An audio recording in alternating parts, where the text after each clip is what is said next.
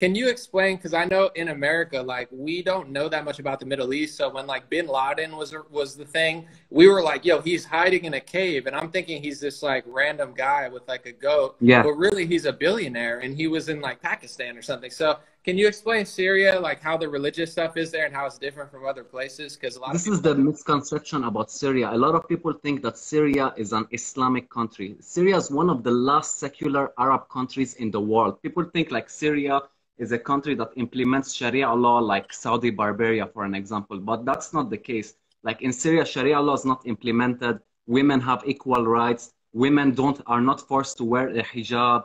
They can work in any place they want, whether it's government or public sector or private sector. Alcohol is allowed. You don't hear about gays being thrown off buildings for being homosexuals or, you know, like we don't have any of these laws that are in other Gulf countries like Saudi Arabia or Iran, for an example. And by the way, when you mentioned Osama bin Laden, right now the Syrian people are fighting jihadist extremist terrorist groups. Like we are the ones right now that are fighting groups like ISIS, fighting groups like Al Qaeda. These are the kinds of groups that want to make Syria an ignorant, backward country. But this Mm. is not the case. But of course, the mainstream media wouldn't show you, wouldn't tell you about all of this stuff. And by the way, we had an election like 10 days ago. There was a presidential election 10 days ago.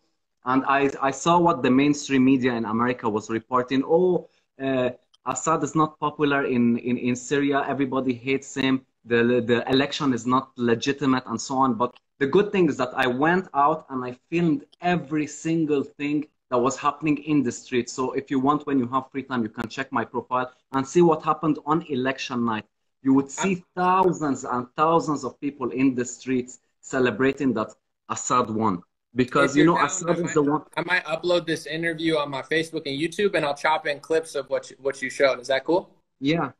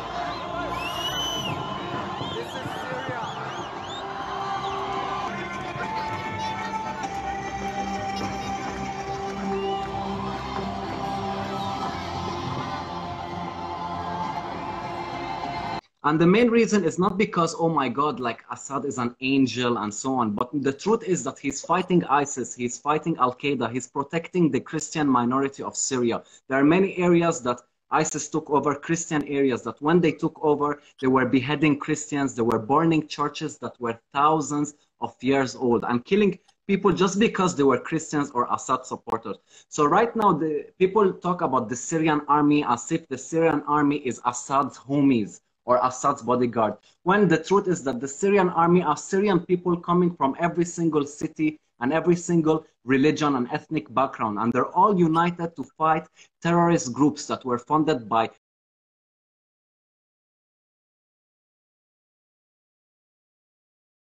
Congressman Adam Kinzinger, a friend of yours, also a military veteran, a Republican, he said on Twitter when he heard about your visit, quote, fact-finding mission, fact, 50,000 plus dead children in Syria. Tulsi Gabbard, I hope you didn't meet with their butcher, Assad. Now, Assad has used chemical weapons on his own people. You said it's going to be up to the Syrian people, but there really aren't free and fair elections in Syria. I'll tell you what I heard from the Syrian people that I met with, Jake, walking down the streets in Aleppo, in Damascus, hearing from them. They expressed happiness and joy at seeing an American walking through their streets, but they expressed a question. They said, why is it that the United States, its allies and other countries are providing support, are providing arms to terrorist groups like al-Nusra, al-Qaeda, Arar al-Sham, ISIS, who are on the ground there raping, kidnapping, torturing, and killing the Syrian people, children, men, women, people of all ages. They asked me, why is the United States and its allies supporting these terrorist groups who are destroying Syria when it was Al-Qaeda who attacked the United States on 9/11, not Syria? I didn't have an answer for them. Obviously, the United States government denies providing any sort of help to the terrorist groups that you're talking about. They say they provide help for the rebel groups. Tell us more about... The reality is, Jake, the reality is, and I'm glad you brought up that point, because this is an often talked about thing by people like Adam Kinzinger and others saying, well, we've got to support the moderate rebels. Every place that I went, every person that I spoke to, I asked this question to them. And without hesitation, they said, there are no moderate rebels. Who are these moderate rebels that people keep speaking of?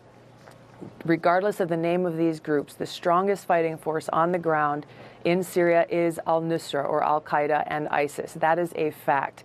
And this is a fact. A lot of people are still denying this fact. But the truth is, Syria wouldn't have reached this point today if Barack Obama didn't. I'm sure you know this because you have covered this many times in your videos. But this is the reality of what is going on in Syria. And correct me if I'm wrong, but I'm going to say a few things. Like, you know, when America, under Obama and Hillary, you know, they went into Libya and they funded rebel groups and they killed Muammar Gaddafi. And it left a huge power vacuum. And you could even find mainstream articles. If you search slavery or slave trade in Libya, you could see in the power vacuum that they left, you know, that there's now human slavery, or at least there was for a while. I don't know what is going on. So I would assume, correct me if I'm wrong, but two things that I've read. One was that there were more Christians in Syria than almost anywhere in the Middle East before the ISIS kind of takeover. So people think, you know, Sharia law Syria, where it's really like more Christians than anywhere else in the Middle East, and it's safer. Yeah. I would assume that Bashar al-Assad is very popular among Syrians because, I mean, do they see him as like a savior? Like, you know, he kind of saved the country from a regime change from the West? Look, we Syrians have learned from history and we have learned from our neighbors. We saw what America did to Iraq. They said, we want to bring Iraq democracy. Iraq till today, it's still messed up and there's still terrorism. The economy is destroyed. Look at Libya, the same thing. They said, oh, we want to get rid of Gaddafi because he's a dictator and whatever. Look at Libya till today. They're selling slaves in the market, African slaves in the market. So we have seen another example, Afghanistan. America has been in Afghanistan for more than 20 years and it's still messed up. So like we have learned from our neighbors and we have learned from history. And the last thing we want is for America to be in control of our country, because Syria is not a great country right now, but we are sure that if America takes control, it's going to be just like Iraq and just like Libya and just like Afghanistan. So this is the truth of what is going on in Syria. And going back to what you said about the Christians, my grandma is Orthodox Christian and we are Syrians. And my grandma comes from an ancient Christian town called Malula in Damascus countryside. And this town, till today, they still speak the language of Jesus Christ, which is Aramaic. This is something very rare you would find in the world, not in the Middle East, in the world, that people are still speaking the language of Jesus Christ. So imagine if Obama's plan worked. Like imagine if the Syrian government, the secular government, got overthrown and ISIS or Al-Qaeda took over. What do you think would have happened to the Christians? What would you think would have happened to all of these towns? So it's like, this is one of the main reasons why we are standing with our army and we are trying our best to defend our country from what Obama and the Saudi Arabian government and Turkey did to our country, and of course NATO countries. And one last thing, when they saw that they failed to overthrow Assad and now the majority of Syria is under the control of the Syrian army, what did they do? They started imposing more and more economic sanctions, hoping that this year we had an election that the economic situation will get very bad to the point that the Syrian people will be like, you know what, let us do what America wants and let us overthrow our government so that hopefully they would lift the economic sanctions and we can start living in a good way. Well, I think the biggest hypocrisy here is like our own elections are, you know, now very shaky, where you had the mass mail-in ballots. You have, you know, half the country that supports Trump is very, very upset.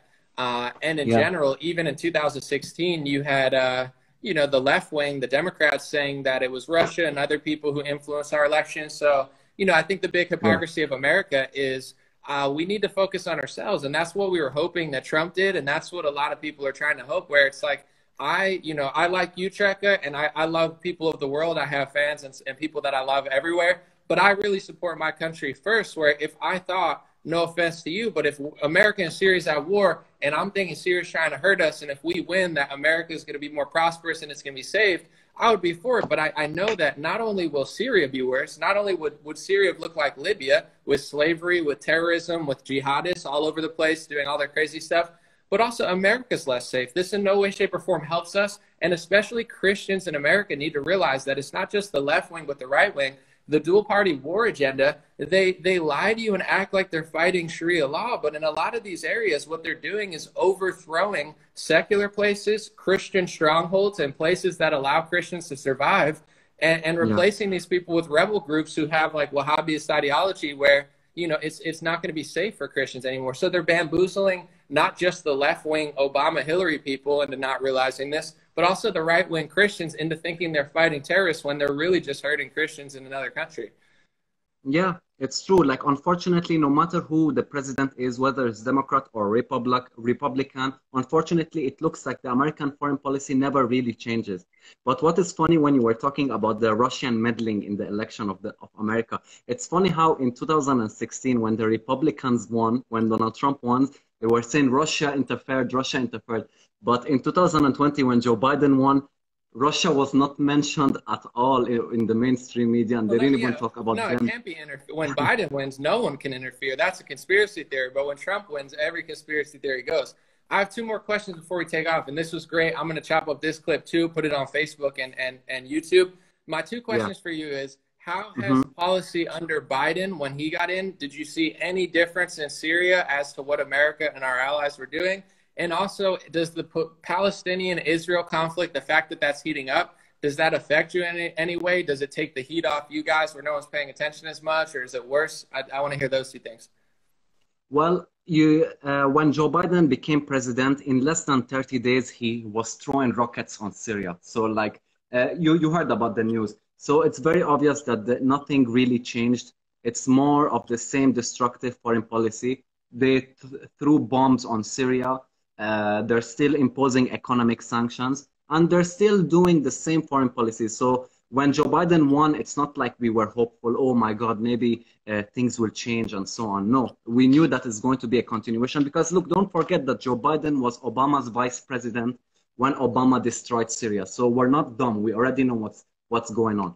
And about the Israeli and Palestinian conflict, no, it hasn't really affected us, because yes, there is a problem between these two, but like in Syria, right now we're focused on our own problem, because we still have a city called Idlib who is still under the control of these jihadists, and our main focus is to try to liberate this city from all of these hairy baboons, and like try our best to like lift the economic sanctions. Like, we have enough problems in our country, we really do.